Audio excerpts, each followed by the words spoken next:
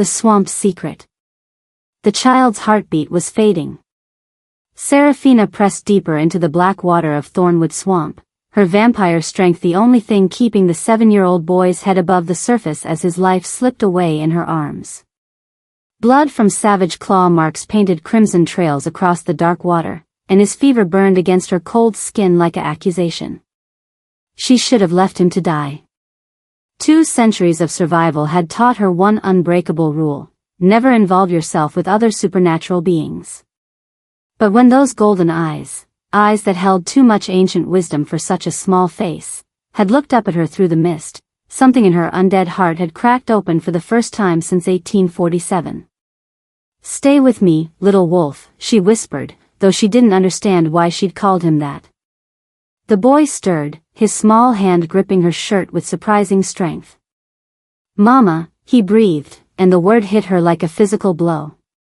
In the distance, massive shapes moved through the fog, wolves the size of horses, their eyes glowing like golden fire as they watched her carry their prince toward the healing springs that legend claimed could save anyone. What Seraphina didn't know was that saving this child would shatter every wall she'd built around her heart, awaken powers that had been sleeping for lifetimes, and drag her into a war between ancient enemies that would either destroy her completely or transform her into something the supernatural world had never seen before. Chapter 1: Blood in the Swamp. The murky water of Thornwood Swamp reached Seraphina's waist as she waded deeper, her pale hands cutting through the dark surface like twin ghosts. The 7-year-old boy in her arms had stopped breathing twice already, his small chest rising and falling in desperate, rattling gasps. Blood seeped from deep claw marks across his back, wounds that looked too savage for any normal animal. But Seraphina wasn't normal either. Her vampire strength had pulled him from the jaws of something monstrous, something that howled like thunder and vanished into the fog when her crimson eyes flared with ancient power. "Stay with me, little wolf," she whispered, though she didn't understand why she'd called him that. The boy's fever burned against her cold skin, and his scent carried something wild: pine needles and mountain storms. She pressed deeper into the swamp, following an instinct older than memory. Somewhere in these cursed waters lay the healing springs her grandmother had whispered about in bedtime stories. Stories she dismissed as folklore until tonight, when folklore became her only hope. The boy stirred in her arms, his eyelids fluttering open to reveal eyes the color of liquid gold. Not human eyes. Not entirely. "Mama," he whispered, reaching towards something only he could see. His small fingers glowed faintly in the moonlight, and Seraphina felt power ripple through the air around them. Raw, untamed, and utterly foreign to her vampire senses. Whatever this child was, he wasn't just human. And whatever had tried to kill him knew exactly what it was hunting. Lightning split the sky above them, illuminating the twisted cypress trees that rose from the water like ancient guardians. In that brief flash of silver light, Seraphina saw them, dozens of golden eyes watching from the shadows between the trees. Wolves. Massive, otherworldly wolves with intelligence that burned like fire in their gaze. They weren't hunting the boy. They were waiting for him. Protecting him. And now they were watching her with a mixture of gratitude and deadly curiosity that made her undead heart skip a beat it hadn't taken in decades. "I won't hurt him," she called out to the watching eyes, surprised by the tremor in her own voice. She'd faced down vampire lords and demon hunters without flinching, but something about this moment, this child, this swamp, these guardian wolves, felt like standing at the edge of destiny itself. The boy's breathing steadied in her arms, his wounds beginning to close with supernatural speed.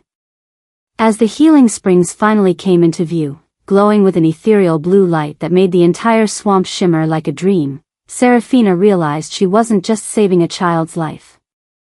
She was changing the course of her own forever. Before we begin, drop a comment below with your country and what time it is right now where you're watching. Whether it's sunrise in Nairobi, midnight in New York, afternoon in Canada, or evening in the Philippines, I want to know. Don't just sit back, tell me where in the world you are. Now, let's dive into the story. Seraphina couldn't stop thinking about golden eyes. A week had passed since she'd carried the mysterious boy through Thornwood Swamp, and every night since, she'd returned to that same spot hoping to catch even a glimpse of those massive wolves. The healing springs had worked their ancient magic. The child's wounds had sealed completely within minutes of touching the glowing water. But it was what happened next that haunted her dreams. The moment his small body had healed, the largest wolf she'd ever seen had emerged from the mist. Silver-furred and magnificent, with eyes that held centuries of wisdom, it had approached without fear and gently taken the boy onto its back before vanishing into the darkness without a single sound. Her apartment in the old Victorian district felt emptier now, though nothing had changed except the ache in her chest. Seraphina stood at her window, watching the rain streak down the glass as mortals hurried past with their umbrellas and ordinary lives. Being a vampire meant existing in the spaces between human moments, observing but never truly belonging. She'd accepted that lonely truth for over 2 centuries. So why did saving one small boy make her feel more isolated than ever? Why did her hands still remember the warmth of his fever and the trust in his grip when he'd reached for her in his delirium? The antique clock on her mantelpiece chimed midnight, its deep bronze notes echoing through rooms filled with memories she tried not to revisit. Her maker had abandoned her in this city in 1847, leaving her with nothing but bloodlust and a warning never to involve herself in the affairs of other supernatural beings. Vampires are solitary creatures, Seraphina. We survive by remaining invisible, untouchable, and emotionally dead. Remember that, or you'll find yourself truly dead. His words had kept her alive for decades, but they felt like chains now. Chains that had kept her from living instead of merely existing. A soft knock at her door shattered the silence, so gentle she almost convinced herself she'd imagined it. But her vampire senses picked up something else, a scent like pine forests and summer storms, mixed with something distinctly human yet not quite. Her bare feet made no sound on the hardwood floor as she approached the door, every instinct screaming that whatever waited on the other side would change everything. Again. Through the peephole, she saw him, the boy from the swamp, but somehow transformed. He stood straighter now, his golden eyes bright with health and purpose, wearing clothes that spoke of wealth and careful attention. But it was the man beside him that made her breath catch in her throat. He was devastatingly beautiful in the way that dangerous predators often were, tall and broad-shouldered, with dark hair that caught the hallway's dim light and skin that seemed to glow with inner warmth. When he looked directly at the peephole, his eyes flashed the same impossible gold as the boy's, and Seraphina felt power roll off him in waves that made her vampire instincts sing warnings and promises in equal measure. This wasn't just any man. This was an alpha. The alpha. And he'd come to her door at midnight with his son and intentions she couldn't begin to guess. Her hand trembled as she reached for the deadbolt, knowing that whatever happened next would either destroy her carefully constructed solitude or transform it into something she'd never dared to dream of. "My name is Kieran Blackthorne," the man said when Seraphina finally opened the door, his voice carrying the kind of authority that made entire rooms fall silent. "And I believe you've already met my son, Ashton." The boy stepped forward, his golden eyes bright with excitement and something deeper, a bond that seemed to pulse between them like a living thing. Up close, Seraphina could see the faint silver scars on the child's arms where her blood had touched his wounds during the healing. Ancient vampire magic had marked him permanently, and somehow, impossibly, it had made him stronger rather than poisoning him as it should have. "You're werewolves," Seraphina said, not bothering to make it a question. Every instinct she possessed screamed the truth of it, the way they moved with predatory grace, the wild scent that clung to their skin, the power that made her apartment feel suddenly small and contained. "And you're not just any werewolves. You're pack royalty." Kieran's lips curved in what might have been a smile if it hadn't been so carefully controlled. When he nodded, the simple gesture carried the weight of centuries of pack law and tradition. She'd saved the son of an alpha king, and supernatural law was clear about debts of that magnitude. "Ashton was taken by rogues while we were traveling through the borderlands," Kieran explained, his jaw tightening with barely contained fury. "By the time my pack reached the swamp, the trail had gone cold.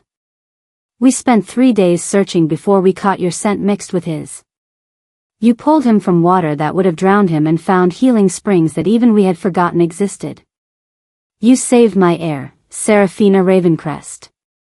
That makes you family in ways that supersede species and ancient feuds. The formal cadence of his words couldn't hide the raw emotion underneath, a father's terror transformed into gratitude so profound it made her chest ache. Ashton tugged on his father's sleeve and whispered something too low for even her vampire hearing to catch. Kieran's expression softened as he listened, then he looked back at Seraphina with an intensity that made her feel exposed. He says you sang to him while he was healing. Old songs in a language that predates most human civilizations. Songs that shouldn't exist in vampire memory.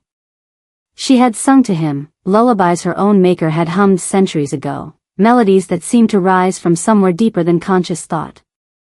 But how could a 7-year-old werewolf possibly remember languages that had been dead for millennia? There's something else, Kieran continued, and now his voice carried a weight that made the air in her apartment grow thick with possibility. Ashton's wolf has never spoken to him before. Never even stirred. But the night you saved him, his wolf woke up completely. It told him your name before we even knew who you were. It told him you tasted like starlight and ancient promises. And it told him that you're the reason he's going to become the strongest alpha our pack has ever known. The words hit her like physical blows, each revelation more impossible than the last. She'd heard of werewolves whose human and wolf sides couldn't connect, leaving them powerless and vulnerable. But she'd also heard the legends about vampire blood awakening dormant supernatural abilities, legends she'd assumed were nothing more than wishful thinking until this moment. Chapter 2, Secrets in Starlight.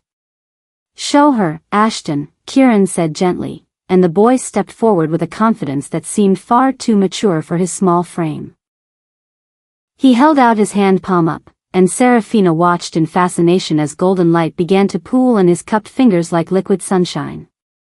The light pulsed in rhythm with his heartbeat, and she could feel the power radiating from it, warm, protective, alive in ways that made her vampire nature sing with recognition. This started the night you healed him, Kieran murmured, his own eyes glowing with paternal pride and something deeper. He can create barriers of pure energy now. Shields that can stop anything from silver bullets to demon fire. The golden light in Ashton's palm began to take shape, forming what looked like a miniature wolf that paced in circles before settling down like a contented pet. He wants to protect you now, the boy said simply, his voice carrying the matter-of-fact tone children used when discussing miracles. My wolf says you're sad all the time, and that's not allowed anymore. He says we're supposed to take care of you because you took care of us. The light wolf looked up at Seraphina with eyes that seemed far too knowing, and she felt something crack open in her chest, a wall she'd spent 2 centuries building around her heart. That's impossible, she whispered, but even as the words left her lips, she knew they weren't true. Nothing about this situation followed the rules she'd learned about supernatural interactions. Vampire blood was supposed to be poison to other species, not a catalyst for awakening dormant power. Werewolves were supposed to instinctively fear and distrust her kind, not invite her into their pack structure. And she was supposed to remain emotionally dead, untouchable, safe in her solitude. Yet here she stood, watching a 7-year-old werewolf play with magic that shouldn't exist while his father looked at her like she might be the answer to prayers she'd never heard him speak. I've brought something for you, Kieran said, reaching into his jacket to pull out an object that made Seraphina's breath catch in her throat. It was a moonstone pendant on a silver chain, not just any moonstone, but one that glowed with the same ethereal light as the healing springs. This belonged to my mate, he said quietly, and Seraphina felt her heart sink even as her fingers itched to touch the beautiful stone. Of course he had a mate. Of course this was just about gratitude and supernatural debt, not the impossible connection she'd imagined burning between them in the hallway. She died giving birth to Ashton. Killed by the same rogues who tried to finish what they started in the swamp. But then Kieran did something that shattered every assumption she'd made. He stepped closer, close enough that she could feel the heat radiating from his skin and catch the scent of cedar and starlight that seemed to cling to him like a promise. She made me promise to give this to the woman who would help me raise our son. The woman who would love him like her own and stand beside me as we built something stronger than either of our species had ever known. His fingers brushed hers as he placed the pendant in her palm, and the contact sent electricity racing up her arm. I never thought I'd find her. I never thought she'd be vampire. But Ashton's wolf doesn't lie, Seraphina. And it's been calling you, mother, since the moment you pulled him from that water. The moonstone pendant grew warm in Seraphina's palm, pulsing with a rhythm that matched her own heartbeat, a heartbeat that shouldn't exist but had started again the moment Kieran's skin touched hers. She stared down at the glowing stone, then back up at golden eyes that held centuries of loneliness and a hope so fragile it made her chest ache. You can't be serious, she whispered, but her voice lacked conviction. Every rational thought told her this was madness. Vampires didn't join werewolf packs, didn't become mothers to magical children, didn't fall in love with alpha kings they'd known for less than an hour. Yet the pendant felt like it belonged in her hands, and Ashton's trust felt like coming home after wandering lost for lifetimes. I know how this sounds, Kieran said, his voice rough with emotions he was clearly struggling to contain. I know what our kinds have believed about each other for centuries. But everything changed the night you saved him.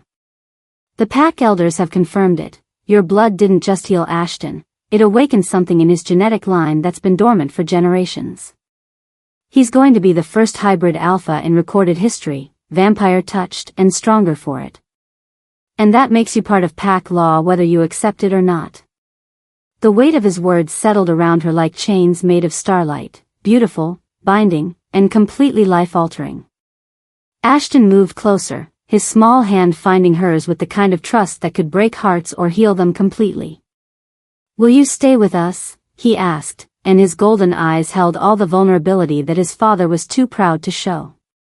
I have dreams sometimes about a lady with red eyes who sings the old songs. She keeps the monsters away and makes the darkness warm. Daddy says that's you. He says you're the missing piece that makes our family complete. The child's words hit her like physical blows, each one chipping away at defenses she'd thought were unbreachable. The pendant's glow intensified, and suddenly Seraphina could see flashes of memory that weren't her own, a beautiful woman with Kieran's golden eyes, holding a newborn baby while her life ebbed away. The dying woman's voice echoed in her mind, find her, Kieran. Find the one who tastes like starlight and sings the old songs. She'll be our son's salvation and yours. The vision faded, leaving Seraphina trembling with the knowledge that this moment had been prophesied, planned, written in the stars long before she'd ever set foot in Thornwood Swamp. The rogues who took Ashton, Kieran continued, his voice dropping to a growl that made her vampire instinct sing with recognition of apex predator power, they're still out there. They'll come for him again, and next time they'll be prepared for his new abilities. He needs protection that goes beyond what my pack can provide. He needs someone who can move through shadows, who can sense danger before it strikes, who can love him fiercely enough to tear apart anyone who threatens him. His eyes met hers, burning with an intensity that made her feel like she was standing at the edge of a cliff. He needs you, Seraphina. And if I'm being honest, so do I. Chapter 3, Shadows and Promises. Give me 3 days, Seraphina said finally, her voice barely above a whisper. The pendant felt heavier with each passing moment, as if it were absorbing not just her decision but her very soul. The moonstone's ethereal glow seemed to pulse with a rhythm that matched her heartbeat, a heartbeat that had started again the moment Kieran touched her hand. I need time to think, to understand what this means. 2 centuries of solitude doesn't disappear overnight. The words felt hollow even as she spoke them, because deep in her chest, something ancient and primal was already screaming that she belonged here, with them, in this impossible family that defied every law of supernatural nature. Kieran nodded, but she could see the disappointment flickering in his golden eyes, quickly hidden behind the mask of control that alpha leaders wore like armor. His massive frame seemed to diminish slightly with her words, as if her uncertainty was a physical blow to his carefully constructed hopes. "I understand," he said, though his tone suggested he understood far more than just her need for time. He understood the fear that came with trusting after centuries of betrayal, the terror of opening a heart that had been frozen in self-preservation for so long it had forgotten how to beat with anything other than hunger. Ashton, however, looked devastated, his small face crumpling with the kind of heartbreak that only children could display so honestly.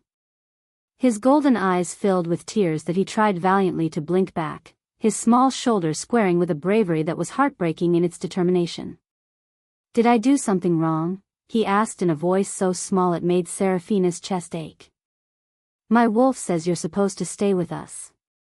He says we're supposed to be a family. But if you don't want to..."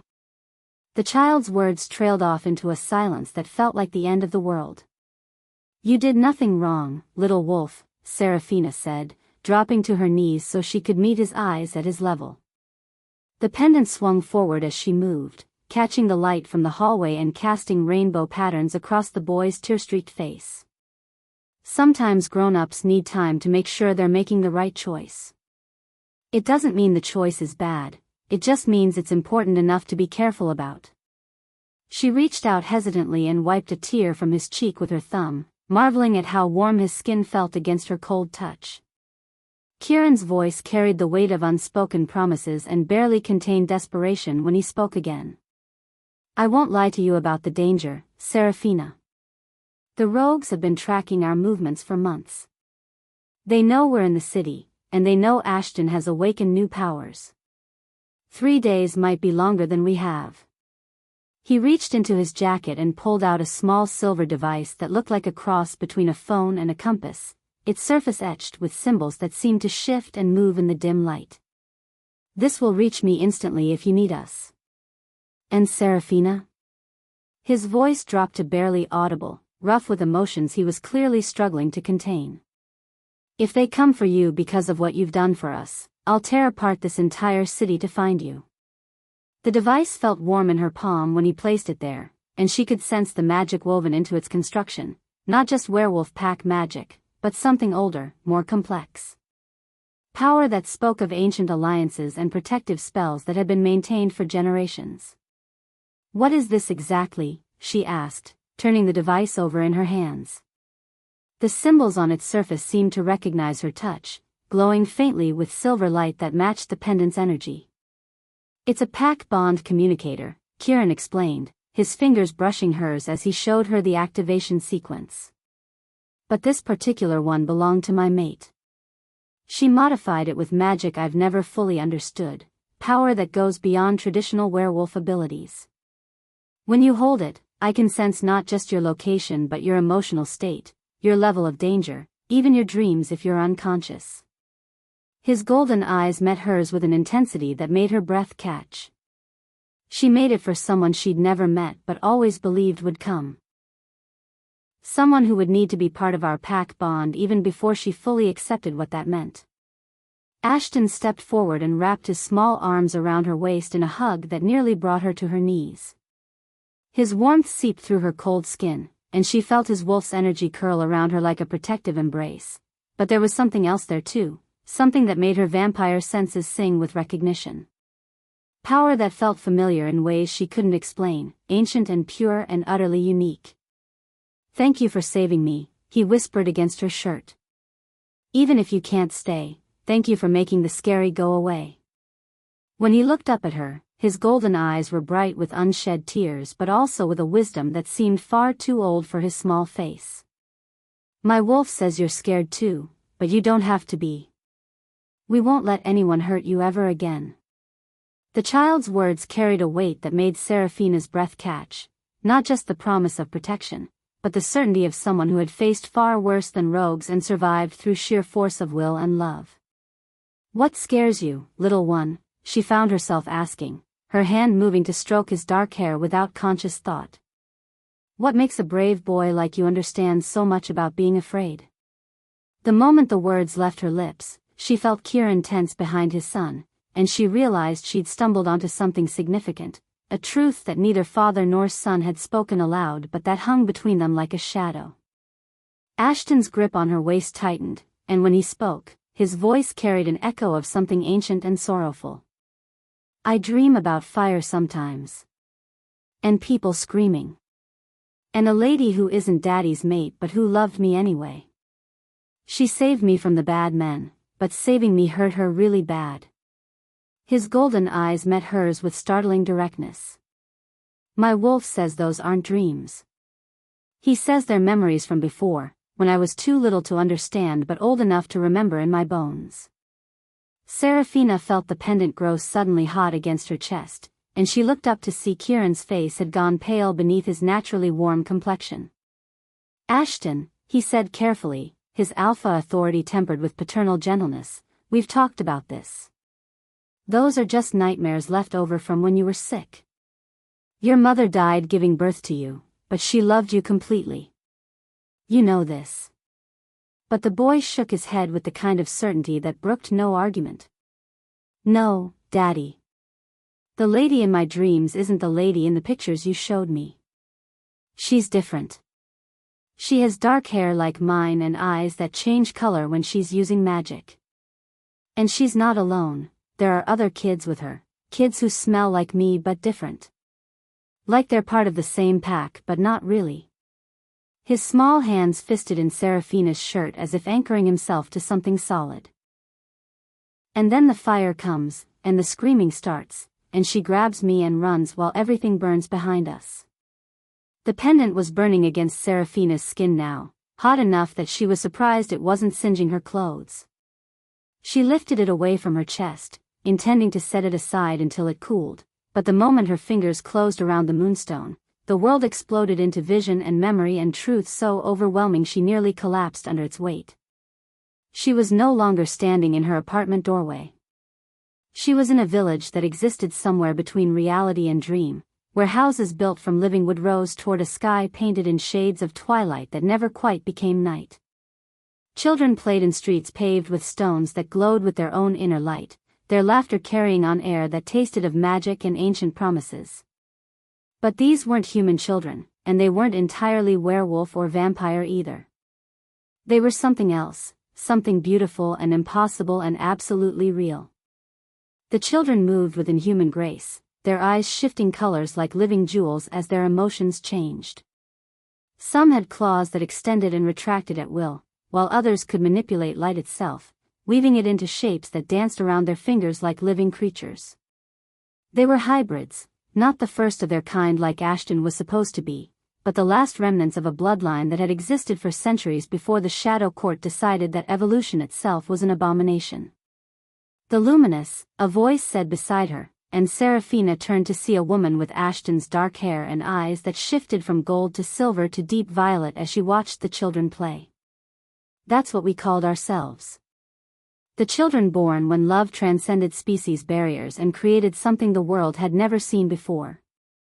The woman's face was beautiful but marked with exhaustion and a grief so profound it seemed to weigh down her very soul. We thought we were building paradise. We thought love could overcome anything, even the ancient hatreds that kept our species apart. You're Kieran's mate, Seraphina said, though even as the words left her lips, she knew they weren't entirely true. This woman carried herself differently, spoke with an accent that predated modern civilization, and radiated power that felt older than recorded history. I became Kieran's mate, the woman corrected gently. But I was born Lyralii of the Luminous, daughter of the first vampire-werewolf union and guardian of the last hybrid sanctuary. Her violet eyes filled with tears that glowed like liquid starlight. And when the Shadow Court found us, when they came with fire and silver and weapons forged from pure hatred, I made a choice that damned my soul and saved the future. The vision shifted, and suddenly Seraphina was standing in the middle of apocalypse. The beautiful village was burning with flames that consumed everything they touched, not just wood and stone, but magic itself, leaving nothing behind but ash and the echoes of screams. Shadow Court warriors moved through the destruction like living nightmares, their forms shifting between human and something far worse as they systematically murdered every hybrid they could find. Children who had been playing moments before now ran in terror, their innocent laughter replaced by cries that tore at Seraphina's heart. She watched a little girl with wings like a butterfly's try to hide behind a burning tree, only to be dragged out by creatures whose eyes held no mercy, no recognition of the beauty they were destroying. A boy who couldn't have been more than 5 tried to shield his baby sister with barriers of golden light, but the Shadow Court's weapons cut through his magic like it was made of paper. "Stop!" Seraphina screamed, trying to run toward the children, but her feet wouldn't move. She was an observer here, trapped in a memory that had already been written in blood and loss. Someone has to help them. Someone did, Lyralii said sadly, and Seraphina watched in horror and awe as the woman who would become Kieran's mate began to weave magic unlike anything she'd ever seen.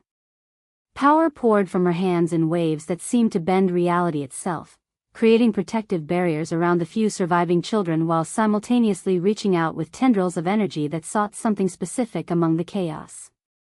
There, Lyralii breathed, her magic finding what it had been searching for. In the ruins of what had been a nursery, a baby cried with lungs that seemed impossibly strong for his small size. His golden eyes blazed with power that made the very air around him shimmer, and when the Shadow Court warriors approached him, their weapons actually recoiled as if burned by his mere presence. The last of the pure bloodline. The one whose power could rebuild everything we've lost. Seraphina watched as Lyralii fought her way through the burning village, using magic that cost her visibly with each spell cast.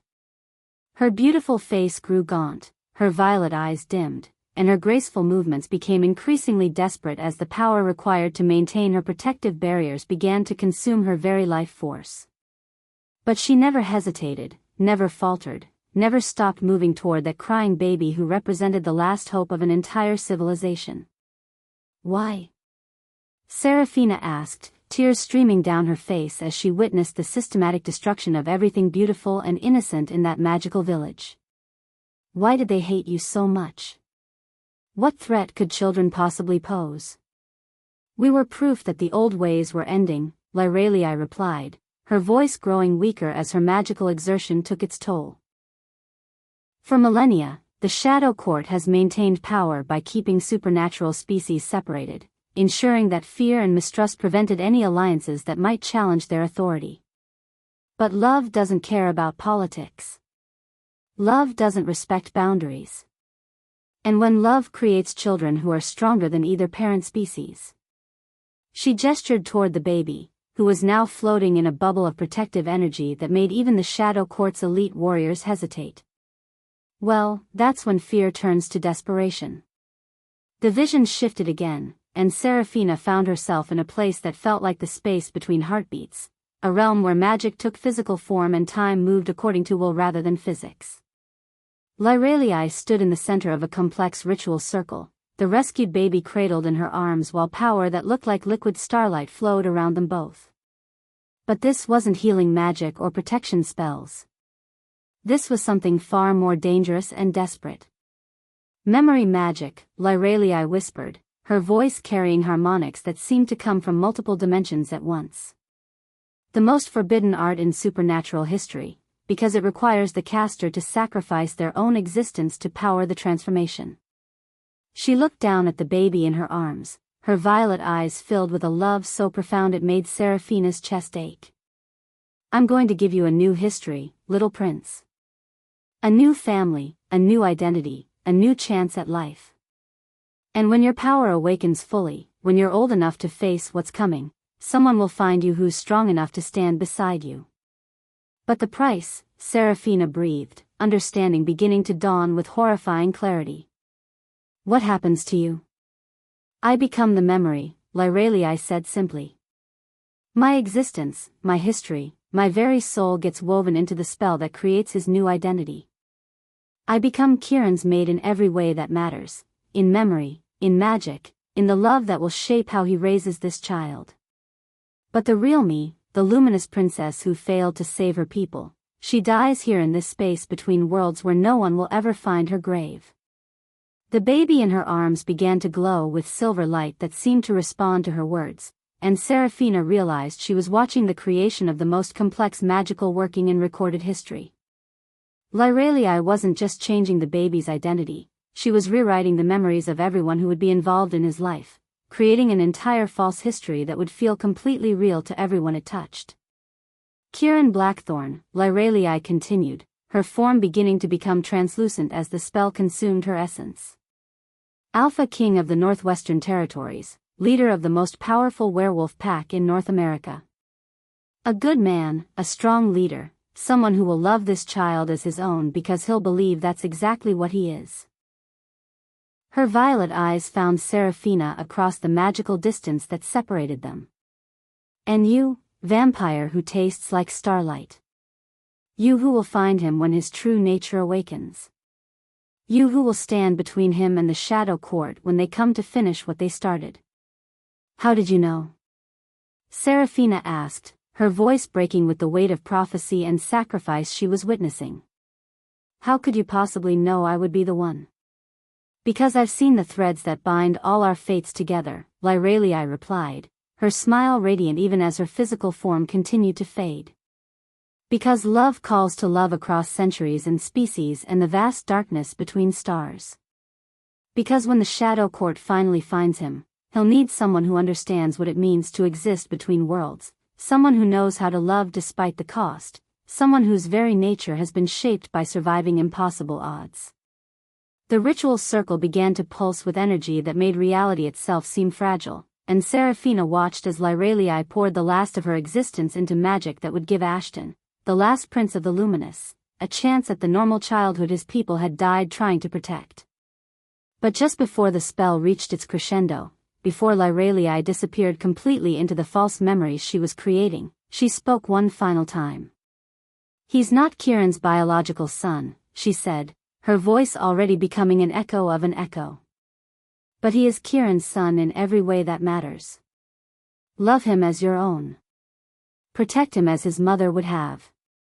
And remember that when his true power awakens, he'll need to know the truth about what he is and why so many died to keep him safe. The vision shattered like glass, and Seraphina found herself back in her apartment doorway, the pendant cool against her palm and Kieran and Ashton staring at her with expressions of growing alarm. She didn't know how long she'd been lost in the magical memory, but from the way they were watching her, it had been long enough for them to notice something was wrong. Seraphina? Kieran's voice carried the kind of careful control that suggested he was fighting not to grab her and shake her until she responded. What just happened? Your eyes went completely silver, and you've been standing there for 10 minutes without moving or breathing. She looked down at Ashton, this beautiful, impossible child who carried the hopes and dreams of an entire extinct civilization in his golden eyes, and felt her heart break and rebuild itself around a truth that changed everything. You're not having nightmares, she said softly, dropping to her knees so she could hold his small face in her hands. You're remembering. You're remembering the lady who saved you, and the place you came from, and the people who loved you before. Before what? Ashton asked, his voice small but steady. His golden eyes held a wisdom that spoke of accepting truths that adults spent lifetimes trying to avoid. Before Daddy became my daddy? Before everything changed to keep you safe, Seraphina replied, her voice thick with emotions she was still trying to process. Before a very brave woman sacrificed everything to give you a family who would love you and protect you until you were old enough to understand what you really are. Kieran's face had gone pale, and when he spoke, his voice carried the kind of careful precision that suggested he was walking through a minefield of possibilities he didn't want to explore. Seraphina, what exactly did you see when you touched that pendant? What truth are you talking about? She stood slowly, the weight of prophecy and hidden history settling around her shoulders like a mantle she'd never asked for but could no longer avoid. The truth about why the Shadow Court wants him dead. The truth about why his blood awakened powers that shouldn't exist. The truth about what he is and where he came from and why finding him in that swamp wasn't coincidence, it was destiny. The silver device in her pocket began to pulse with warmth, and she realized with crystalline clarity that some truths were too dangerous to speak aloud in hallways where anyone might overhear. Some revelations required privacy and protection and the kind of magical warding that could hide secrets from enemies who had been hunting for them across centuries. Give me those 3 days, she said finally, her voice carrying new harmonics that seemed to resonate with the very air around them. "But not to decide whether I want to be part of your family. Give me 3 days to prepare for the war that's coming, because now that I know what Ashton really is, I understand exactly why the Shadow Court will never stop hunting him." Ashton stepped forward and took her hand with the kind of trust that could heal broken worlds or damn them completely. "Does it matter?" he asked simply. "Does it matter that I'm not really Daddy's son if we love each other anyway? Does it matter where I came from if I want to stay here with both of you?" Looking down at his earnest face, Seraphina felt the last of her centuries-old walls crumble into dust. "No, little prince," she whispered, using the title that felt as natural as breathing. "It doesn't matter where you came from. All that matters is where you choose to go from here." But as midnight approached and she watched Kieran and Ashton disappear into the night with promises to return soon, Seraphina's vampire senses picked up something that made her blood turn to ice in her veins. Movement in the alley below her apartment. Sense that carried violence and predatory hunger and the particular wrongness that spoke of Shadow Court corruption. 3 shapes detached themselves from the shadows, men, but not entirely human, their eyes glowing amber instead of gold. The rogues had found her. And from the way they were studying her building, mapping the exits and entrances with professional efficiency, they weren't here for reconnaissance. They were here to eliminate the vampire who had interfered with their plans to finish what they'd started in a burning village centuries ago. The silver device Kieran had given her suddenly felt warm in her pocket, but even as her fingers closed around it, she realized with crystal clarity that some choices couldn't wait 3 days. Some choices had to be made in the space between one heartbeat and the next, with destiny breathing down your neck and love finally giving you something worth fighting for. As she prepared to face the first wave of a war that had been brewing since before she was born, Seraphina smiled with anticipation rather than fear. The Shadow Court thought they were hunting a lost prince and the vampire who had accidentally found him. They had no idea they were about to face the guardian that prophecy had been preparing for this moment across 2 centuries of lonely existence, a vampire who had just discovered she wasn't just fighting for love, but for the last hope of an entire civilization that refused to let hatred win. The first rogue came through her window like a shadow given teeth, his amber eyes blazing with the kind of madness that turned werewolves into monsters. Seraphina moved faster than human sight could follow, her vampire speed allowing her to catch his wrist before his claws could reach her throat. The impact of their collision sent them both crashing into her antique bookshelf, centuries of collected literature exploding around them in a shower of paper and binding. She twisted his arm until she heard bones snap, but he didn't even flinch. Whatever had corrupted these wolves had taken their ability to feel pain along with their sanity. "The boy's scent is all over you," the rogue snarled, his voice distorted by the partial transformation that made his jaw elongate and his teeth sharpen into instruments of death. "You've marked our prize, bloodsucker. Made him stronger. The council will pay triple for your head along with his." Seraphina felt ice flood her veins at his words. There was a council involved. This wasn't just random pack politics or territorial disputes. Someone powerful wanted Ashton dead, and they were willing to break every supernatural law to make it happen. The silver device in her pocket grew burning hot just as the second rogue burst through her front door, moving with inhuman speed toward the sound of battle. Seraphina grabbed a broken chair leg and drove it through the first attacker's chest, not killing him but pinning him to the wall long enough to face the new threat. This one was larger, older, with scars that spoke of decades of violence. When he smiled, his teeth were stained with blood that looked far too fresh. "We know you called the Alpha," he said conversationally, as if they were discussing the weather instead of her impending death. "He's probably racing across the city right now, desperate to save his precious vampire pet. He'll be too late, of course. But don't worry, we'll leave enough of you intact that he can identify the body." The third rogue materialized behind her like a nightmare, his claws already extended and aimed at her spine. Seraphina dropped to the floor and rolled, grabbing the moonstone pendant that had fallen during the first attack. The moment her fingers closed around it, the stone blazed with silver light that made all 3 rogues howl in agony. The light didn't just illuminate the room, it transformed it, revealing protective symbols carved into her apartment's wooden beams that she'd never noticed before. Ancient werewolf pack magic, woven into the very structure of the building. Someone had prepared this place for exactly this moment. But the pendant's power came with a price she hadn't expected. As silver energy poured through her vampire system, Seraphina felt her own nature changing, evolving, becoming something that had never existed before. Her fangs elongated further, her strength doubled, and her senses expanded until she could hear Kieran's heartbeat racing toward her from 6 blocks away. The rogue's amber eyes widened with terror as they realized what they were facing, not just a vampire, not just pack magic, but something entirely new. Something that made their corrupted wolf instincts whimper with submission even as their human minds screamed for blood. "You have no idea what you've awakened," Seraphina said, her voice carrying harmonics that seemed to come from the earth itself. "But you're about to find out why even the ancient wolves feared the ones who sang with starlight." Chapter 4, The Alpha's Fury. Kieran arrived like a force of nature given flesh and fury, his werewolf form crashing through what remained of Seraphina's front door with enough violence to shake the entire building. The sound of splintering wood and twisting metal echoed through the night as his massive frame filled the doorway, silver fur streaked with black catching the moonlight that streamed through her shattered windows.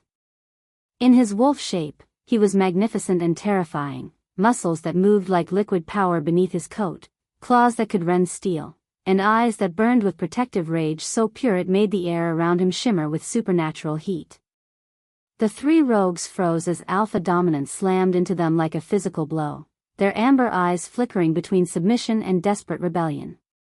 The largest of them, who had been advancing on Seraphina with claws extended, actually whimpered and took an involuntary step backward. But these weren't normal pack wolves. Whatever corruption had claimed them had severed their connection to natural hierarchy, leaving them trapped between their instinctive fear of an alpha king and the unnatural compulsion that drove them to violence. "You dared to touch what is mine," Kieran's voice came from his wolf throat in a growl that seemed to shake the foundations of reality itself.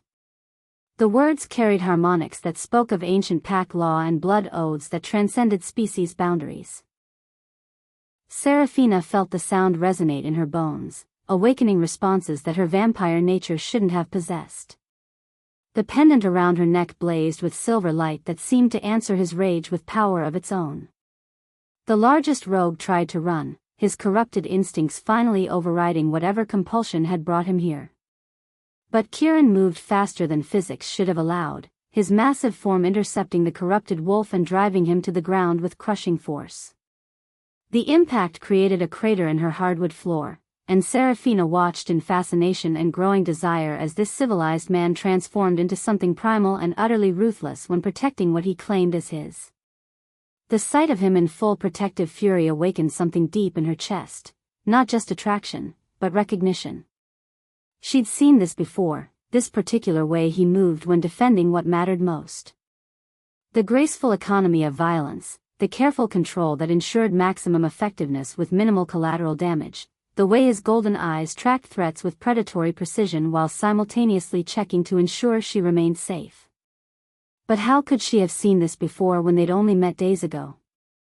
"They mentioned a council," Seraphina said, her enhanced vampire hearing picking up Kieran's heartbeat even through his transformed state. The sound was familiar in ways that made her chest ache with longing she couldn't explain. "Someone's paying them to kill Ashton. This isn't just random rogue violence." Her voice carried new harmonics now, authority that seemed to come from somewhere deeper than her vampire heritage. The pendant's light was growing stronger, and with it came flashes of memory that felt like déjà vu layered upon recognition layered upon impossible truth. Kieran's wolf head snapped toward her, his golden eyes widening as he took in the changes the pendant had wrought in her appearance. She could see herself reflected in his gaze, her red eyes now flecked with silver that seemed to swirl like liquid starlight, her pale skin carrying a luminescence that spoke of power beyond anything she'd previously possessed, her entire presence radiating the kind of authority that made even alpha werewolves take notice. But there was something else in his expression, something that looked almost like recognition fighting against confusion. "Seraphina?" His voice carried a note of uncertainty that seemed out of place for an alpha king facing down enemies in his own territory. There's something different. Something about the way you're standing, the way you're holding yourself. It's like...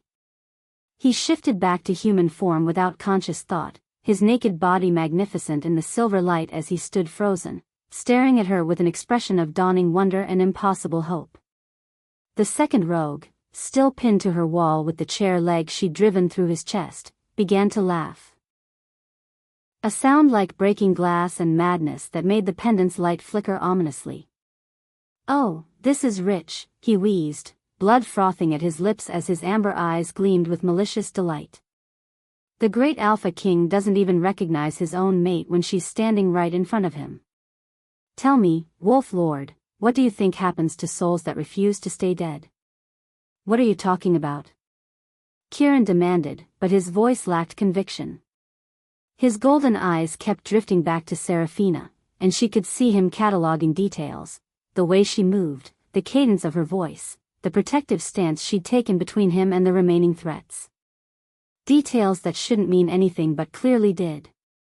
"You think killing us stops anything?" the rogue continued, his laughter becoming increasingly unhinged as whatever corruption had sustained him began to consume the last of his life force. "The Council has been planning this for decades. The boy isn't just any hybrid, he's the key to breaking the barriers between supernatural species. In the wrong hands, his blood could create an army of vampire-werewolf soldiers. In the right hands..."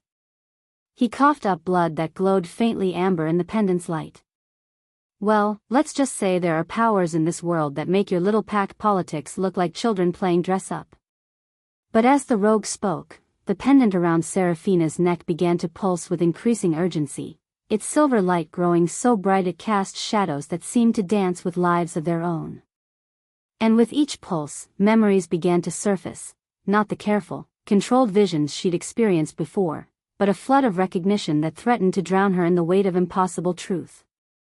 She remembered golden eyes looking down at her with love so profound it rewrote the very definition of devotion. She remembered hands that could shift from human to claws at will, touching her face with reverence that made her feel like something sacred. She remembered a voice whispering promises in the darkness, swearing oaths that transcended death itself. But these weren't someone else's memories.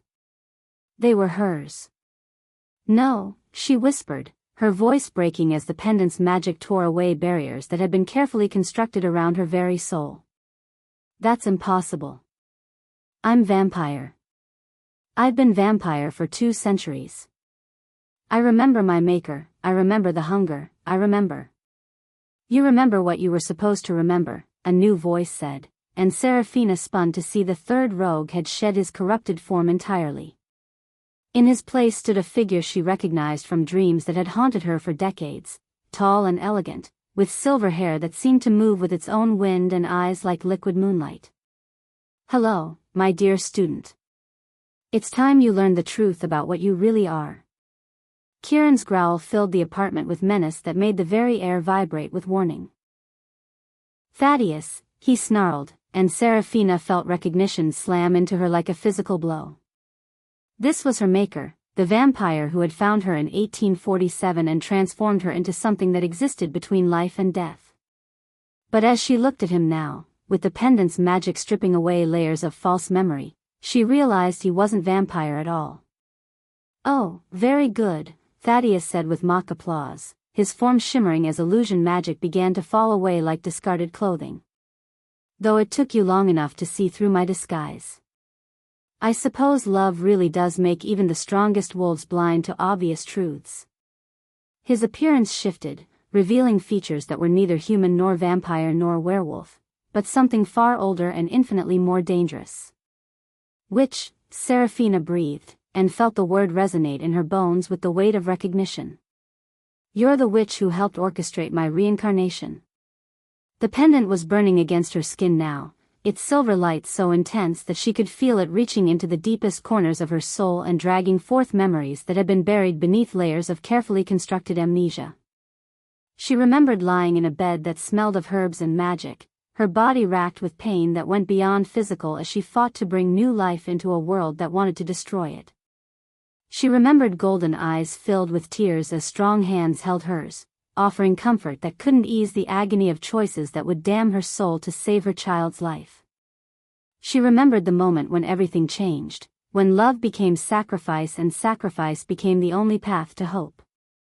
"I was Kieran's mate," she said, her voice hollow with shock as the truth hit her like a tsunami of recovered identity. "I was Lyralii. I died giving birth to Ashton, but I didn't just die, I chose to split my soul to protect him."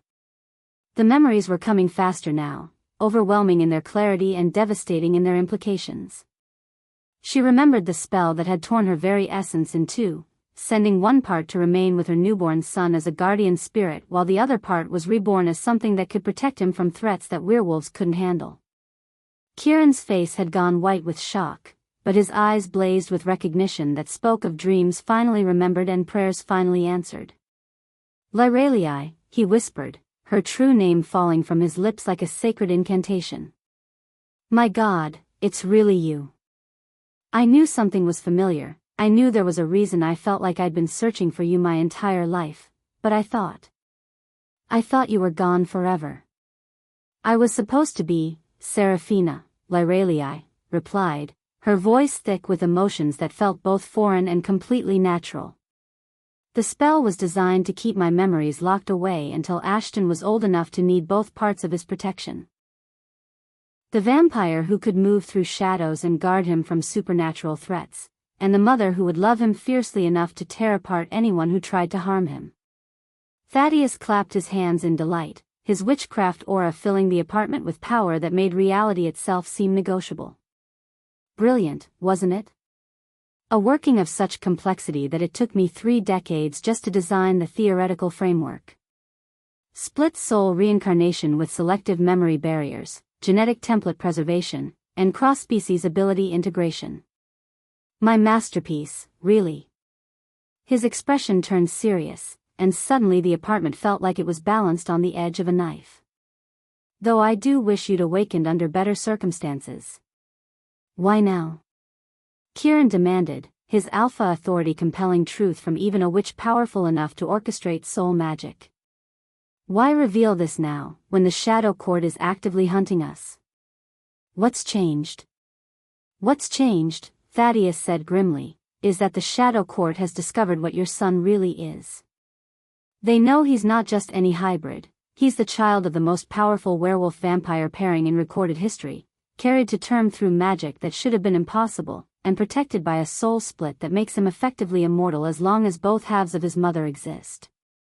His moonlight eyes fixed on Seraphina with intensity that made her feel like she was being dissected.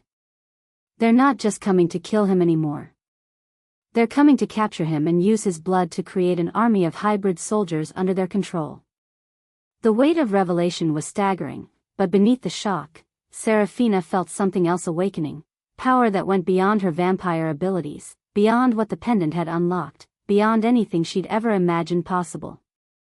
She was remembering not just who she had been, but what she had been. A werewolf-vampire hybrid herself, born of a union that predated the Shadow Court's rise to power, trained in magic that combined the best of both species into something entirely new. "The other memories," she said suddenly, understanding flooding through her like dawn breaking over a landscape of truth. "The village, the children, the massacre, that wasn't just Ashton's history. That was mine too. I was one of the original hybrids, wasn't I? One of the survivors who escaped when the Shadow Court first tried to eliminate our kind." Thaddeus nodded solemnly. "The last princess of the luminous bloodline, hidden among werewolf packs for centuries until you found your true mate and decided to build the family that prophecy had promised would restore our people." His expression turned fierce with protective fury. "Which is why the Shadow Court is so desperate to stop your son from reaching maturity. His blood doesn't just carry hybrid genetics, it carries the genetic memory of an entire civilization, the accumulated knowledge and power of every hybrid who died in their cleansing wars." Kieran moved closer, his golden eyes burning with love and recognition and a hope so fragile it made her chest ache. "Does this change anything?" he asked quietly, his voice carrying the weight of a man who had lost everything once and couldn't bear to do it again. Are you still Seraphina, the vampire who saved our son? Are you still willing to be part of our family, even knowing the truth about what you really are? Looking into his eyes, feeling the mate bond snap back into place with a sensation like coming home after lifetimes of wandering, Seraphina felt the last pieces of her fractured identity finally align. She was vampire and werewolf and hybrid princess and reincarnated mother and guardian spirit all at once. She was the woman who had died to save her child and the protector who had been reborn to stand beside him when darkness came calling. I'm all of it, she said, reaching up to touch his face with hands that trembled with the weight of recovered love. I'm Seraphina, who spent 2 centuries learning how to be strong enough to protect what matters most. I'm Lyralii, who loved you so much she split her own soul to ensure our son would never be alone. I'm the hybrid princess whose people died to preserve the future we're building. And I'm the mother who will tear apart the shadow court itself before I let them harm our child. But as she spoke the words that sealed their reunion, the dying rogue on her wall began to laugh with renewed vigor, his amber eyes blazing with malicious triumph. Too late, he wheezed, blood streaming from his lips as his life force finally began to fail. You think revelation changes anything? The Shadow Court has been watching, waiting for exactly this moment. They knew the spell would eventually break, knew the hybrid princess would remember who she was. What are you talking about? Seraphina demanded, but ice was already forming in her veins as terrible understanding began to dawn. The rogue gasped with his dying breath, his amber eyes fixed on her with vicious satisfaction. While you've been playing reunion with your precious alpha, they've taken the boy. And now that they have him, now that they know what his blood can really do. His voice faded to a whisper that somehow carried more menace than his loudest threats. The war you've been trying to prevent has already begun. The silence that followed felt like the end of the world. Through the mate bond that was now fully restored, Seraphina could feel Kieran's anguish and rage building to levels that threatened to tear apart reality itself. But beneath his fury, she sensed something else, a determination that spoke of love so profound it could move mountains and topple empires. Then we go get him back, she said quietly, her voice carrying harmonics that seemed to come from the very foundations of creation itself. We go get our son, and we remind the Shadow Court why even the ancient powers feared the ones who chose love over fear. As silver light began to pour from her skin and golden fire blazed in Kieran's eyes, Thaddeus smiled with the satisfaction of a plan finally coming to fruition. Now, he said with deep contentment, the real story begins. The silence that followed the rogue's death felt heavier than centuries of loneliness. Seraphina stared at Kieran, whose face had gone pale beneath his naturally warm skin, and realized that whatever the Shadow Court represented, it was something even an Alpha King feared. Tell me, she said quietly, her voice carrying new harmonics that seemed to resonate with the very air around them. Tell me what we're really facing. The pendant in her hand pulsed with steady silver light, and she could feel it strengthening the bond between them with each passing moment, not forcing connection, but amplifying what already existed. The Shadow Court is a legend most werewolves' prey remains that way, Kieran said, moving to her destroyed window and staring out at the city lights with eyes that saw too much. They're the offspring of the first werewolves who mated with demons centuries ago. Immortal, impossibly powerful, and absolutely dedicated to the belief that supernatural species should never mix. They see hybrids as abominations that threaten the natural order. He turned back to her, his golden eyes holding a pain so deep it made her chest ache. They killed my mate because our son's very existence proves that evolution doesn't care about their ancient prejudices. Seraphina felt something shift inside her chest, not just the mate bond, but something deeper. A recognition that this wasn't just about protecting one child anymore. This was about defending the right of love to transcend species, the right of families to be built on choice rather than genetic purity, the right of the future to be different from the past. Then we stopped them, she said simply, and was surprised by the absolute certainty in her own voice. We protect Ashton, we build the family his mother envisioned, and we prove that love is stronger than fear.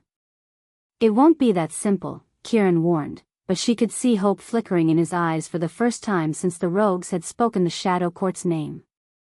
They have resources we can't imagine, allies in every supernatural community, and absolutely no moral boundaries. They'll come for us with everything they have, and they'll keep coming until one of us is destroyed completely. He moved closer, his presence filling her space with warmth and the scent of pine forests after rain. I can't ask you to risk that. I can't ask you to choose a war that isn't yours. But Seraphina was already reaching for him, her enhanced vampire strength allowing her to pull him close with an ease that surprised them both. You're not asking, she whispered against his lips, feeling the mate bond snap into place with a sensation like coming home after lifetimes of wandering. I'm choosing. I'm choosing Ashton, I'm choosing you, I'm choosing the chance to build something beautiful instead of just surviving in the shadows. When she kissed him, silver light exploded around them, not just from the pendant, but from their joined hands, their mingled breath, their hearts beating in perfect synchronization. The destroyed apartment around them seemed to shimmer and restore itself, as if their union carried the power to heal more than just emotional wounds. The Shadow Court won't expect us to fight back together, Kieran murmured when they finally broke apart, his forehead resting against hers while their shared light gradually dimmed to a warm glow. They've spent centuries keeping our species apart. They won't know how to counter abilities we're only just discovering ourselves. Seraphina smiled, feeling her fangs extend slightly with anticipation rather than hunger. For the first time in her undead existence, she wasn't afraid of the future. She was hungry for it. Chapter 5, New Beginnings, Ancient Enemies. 3 months later, Seraphina stood in the moonlit garden of Kieran's mountain estate, watching Ashton practice his new abilities with a joy that still took her breath away. The sprawling ground stretched for miles in every direction, protected by wards that shimmed faintly silver in the darkness and pack sentries whose loyalty had been earned through blood and shared purpose. The boy moved with fluid grace that spoke of perfect fusion between his vampire and werewolf heritage, creating shields of pure energy that glowed like captured starlight. Barriers strong enough to stop anything from bullets to magical attacks materialized at his will, but more importantly, he laughed while he trained, deep belly laughs of a child who felt completely safe and utterly loved. The sight of him filled Seraphina with wonder that never dimmed, no matter how many times she witnessed his growing power. Each day brought new abilities, new understanding of what he could become. Yesterday he'd managed to create a shield that not only blocked physical attacks but reflected magical energy back at its source. Today he was experimenting with barriers that could become selectively permeable, allowing allies through while keeping enemies at bay. The pack elders whispered that he was developing abilities that had been lost for centuries, powers that belonged to legends rather than living children. The mate bond had transformed all three of them in ways they were still discovering. Seraphina's vampire strength had increased tenfold since remembering her true identity, while her hybrid nature had awakened abilities she'd never suspected she possessed. She could move through shadows that existed in other dimensions now, travel vast distances in the space between heartbeats, and her senses had expanded to encompass realms that most supernatural beings couldn't even perceive. Kieran's alpha abilities now carried traces of her immortal power, making him stronger, faster, and more commanding than any alpha king in recorded history. He's growing so fast, Kieran murmured, wrapping his arms around her from behind and nuzzling her neck with the kind of casual intimacy that still made her marvel at the impossibility of their happiness. His warmth seeped through her silk dress, and she could feel the steady rhythm of his heartbeat against her spine, a sound that had become the foundation of her existence. The pack elders say he'll be ready for his formal presentation to the Supernatural Council within the year. The first acknowledged hybrid in recorded history, with vampire and werewolf royalty standing behind him. She leaned back against his chest, letting herself sink into the solid strength of his embrace while their son's laughter echoed across the garden like music made manifest. They'd created something beautiful here, a family built on choice and protection and love so fierce it had literally rewritten the laws of supernatural genetics. The mountain estate had become a haven not just for them, but for other cross-species couples who had heard their story and dared to hope that love could transcend ancient prejudices. The European Council wants to establish formal diplomatic relations, Kieran continued, his voice carrying the satisfaction of a leader who had achieved something most thought impossible. 3 other alpha houses have reached out about alliance marriages between their heirs and hybrids. And the vampire conclave has formally recognized our union as legitimate under supernatural law. His arms tightened around her as if he still couldn't quite believe their good fortune. We're not just surviving anymore, Lyralii. We're changing the world.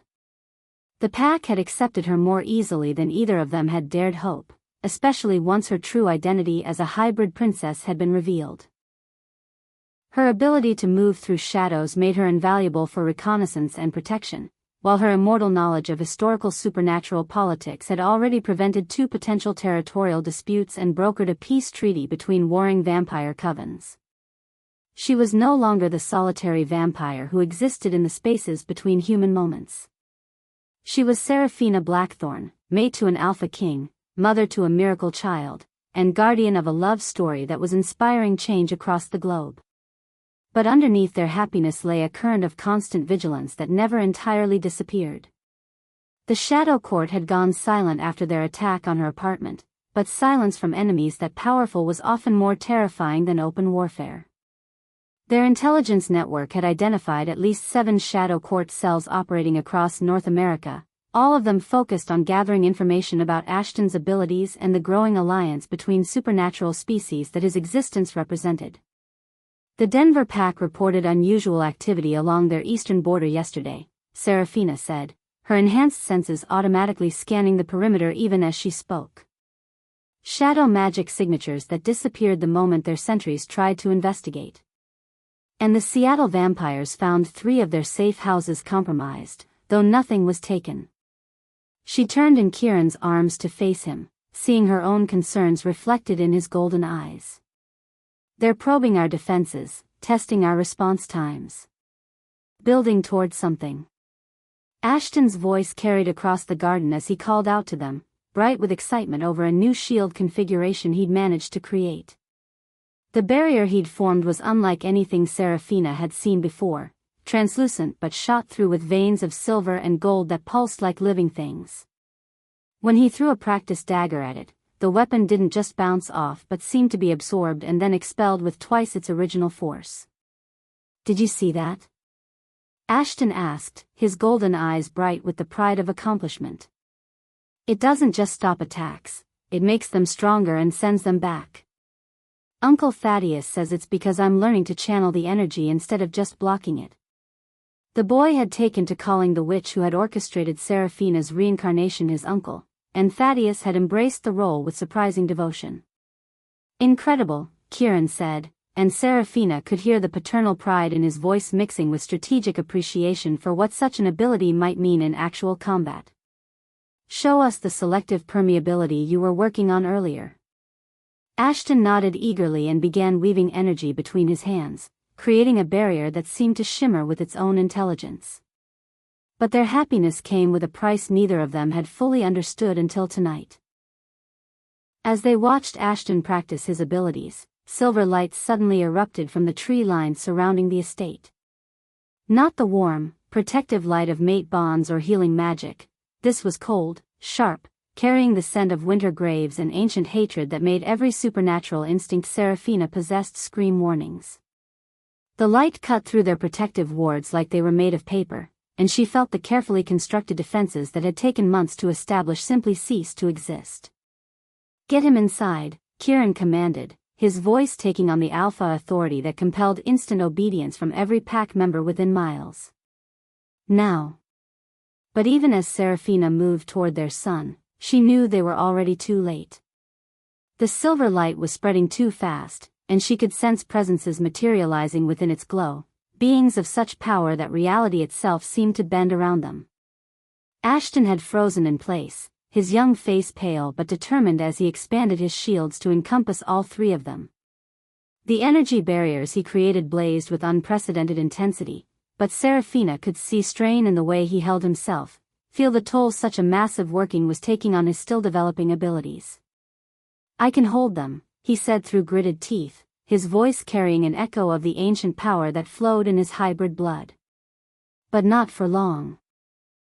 A figure emerged from the silver light, impossibly tall, draped in shadows that moved independently of any earthly wind, with a presence that made the very air around them feel heavy with accumulated malevolence. When it spoke, its voice carried the weight of centuries and the promise of apocalypse, each word seeming to carve itself into the reality around them. Did you really think we wouldn't notice, little Alpha? Did you think love could hide from justice forever? The figure raised one pale hand, and every shadow in the garden began to writhe and reach toward Ashton with hungry, grasping fingers that seemed to drain light from the air they touched. But it was what happened next that made Seraphina's blood turn to ice in her veins. The figure reached up with deliberate slowness and pulled back the hood that had concealed its features, revealing a face she knew as well as her own reflection. "Hello, my dear child," said the vampire who had made her, the one who had found her broken and dying in 1847 and offered her immortality in exchange for eternal servitude. Marcus Devereux stood before them in all his terrible beauty, his silver hair catching the moonlight and his pale blue eyes holding the same cruel intelligence that had haunted her dreams for decades. "Did you really think your salvation was accidental?" Seraphina felt the world tilt beneath her feet as recognition slammed into her like a physical blow. Her vampire senses, now enhanced by her recovered hybrid nature, suddenly penetrated the shadow magic that had concealed his scent. Beneath the layers of ancient power and otherworldly presence, she caught the familiar notes of bergamot and winter frost that had once meant safety and guidance. "Marcus," she whispered, his name falling from her lips like a curse. "But you're not Shadow Court. You're vampire. You made me, you taught me, you." "I orchestrated everything," Marcus interrupted, his voice carrying the satisfaction of a masterpiece finally revealed. "Every choice you made, every step that led you to this family, every moment of happiness you thought you'd found, I planned it all across 175 years of careful manipulation." He gestured toward Kieran and Ashton with elegant fingers that she remembered teaching her how to hunt, how to feed, how to exist in the spaces between human awareness. "You are my masterpiece, Seraphina. A weapon designed to love your targets completely before you destroy them from within." The words hit her like physical blows, each revelation more devastating than the last. "That's impossible," she said, but even as she spoke, memories were shifting, taking on new and terrible significance. The chance encounter that had led her to the swamp where Ashton was drowning. The coincidence that had placed her apartment in the exact location where Kieran would think to look for help. The instinct that had driven her to use her blood to heal the boy instead of simply pulling him to safety. "Is it?" Marcus asked with mock gentleness, his pale eyes gleaming with malicious delight. "Think, my dear child. In 2 centuries of existence, how many other supernatural creatures did you encounter? How many werewolves crossed your path before that night in the swamp? How many times did your vampire nature compel you to hunt in territories controlled by pack law?" His smile was sharp enough to cut. "None.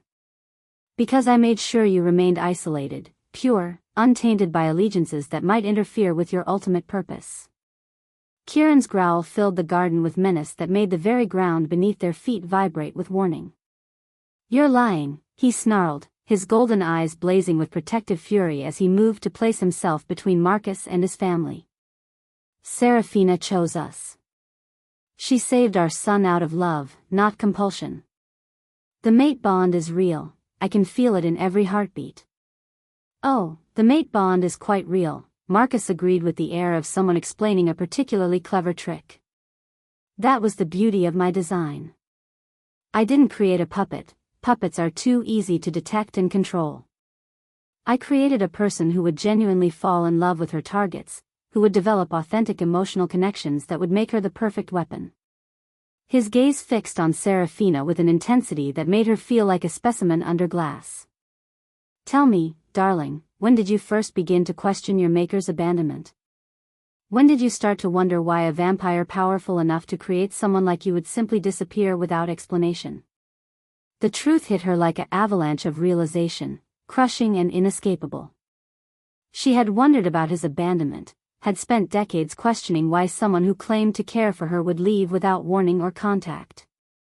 But every time those doubts had surfaced, they'd been followed by distractions, a new city to explore, a new identity to build, a new century to survive.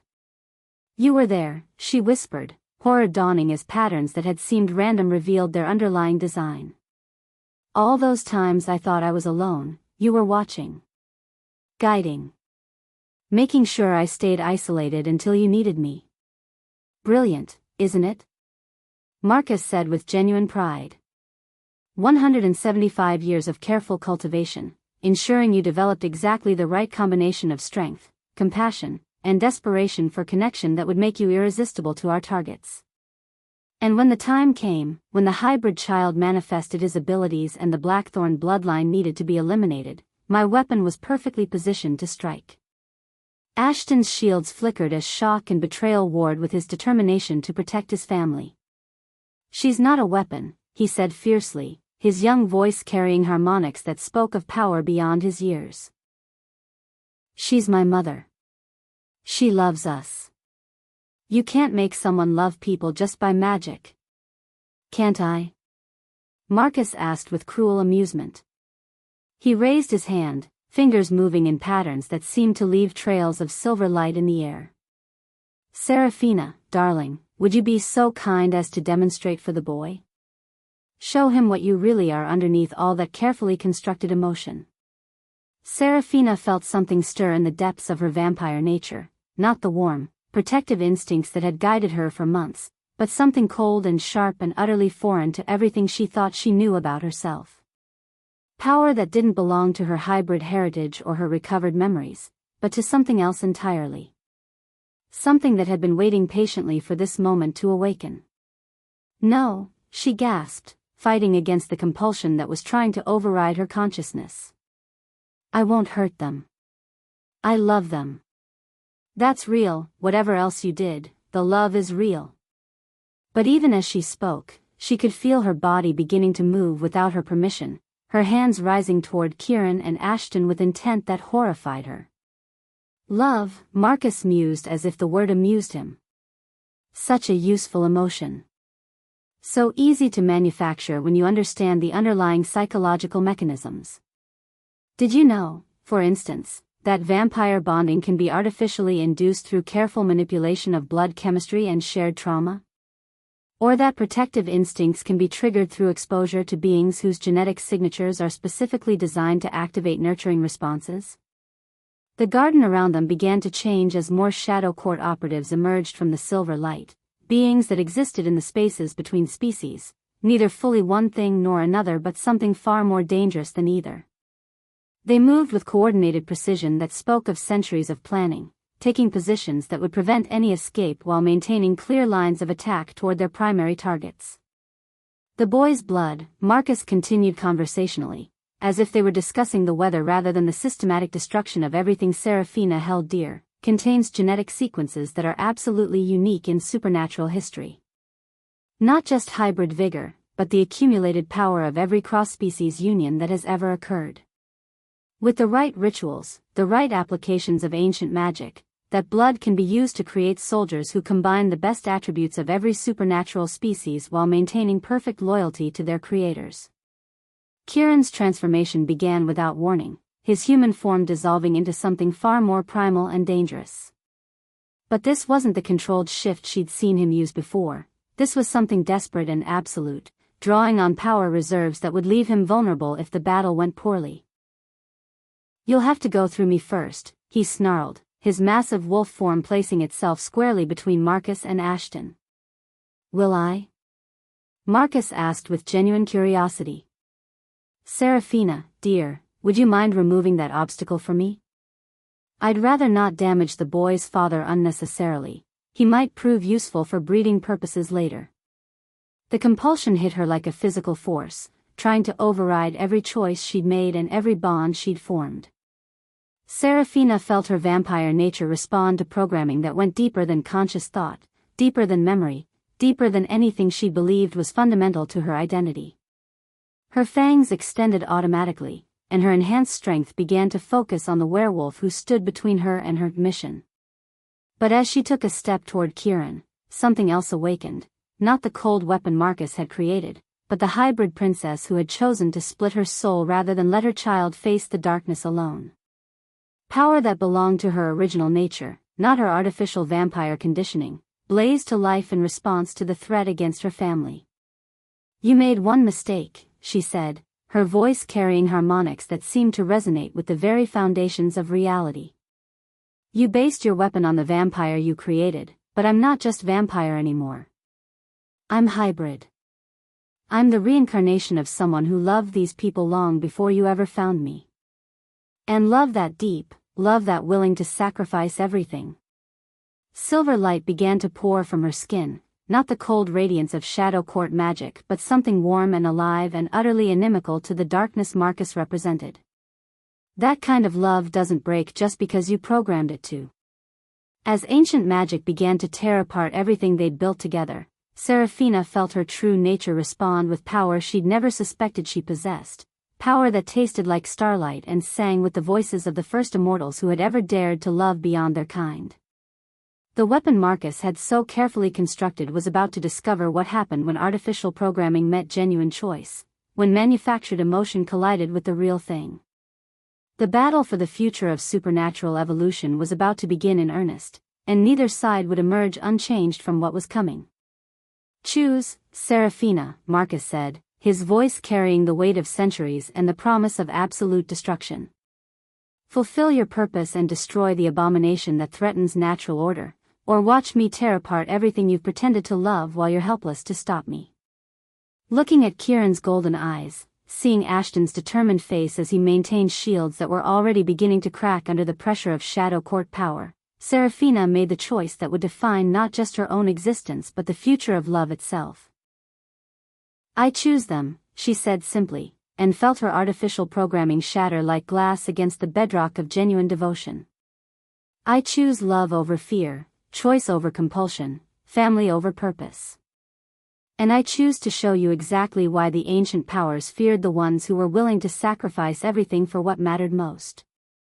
The war between creation and destruction, between love and hatred, between the future and the past, began with silver light that could be seen from 3 mountain ranges away and the sound of a vampire hybrid princess declaring war on the forces that had tried to make her a weapon against her own heart. Marcus smiled with the satisfaction of a plan finally reaching its culmination.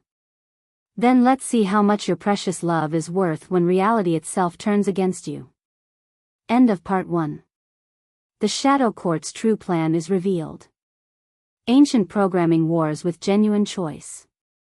And Seraphina must discover whether love really can overcome a weapon designed to destroy everything she holds dear, or if some betrayals cut too deep for even the strongest bonds to survive.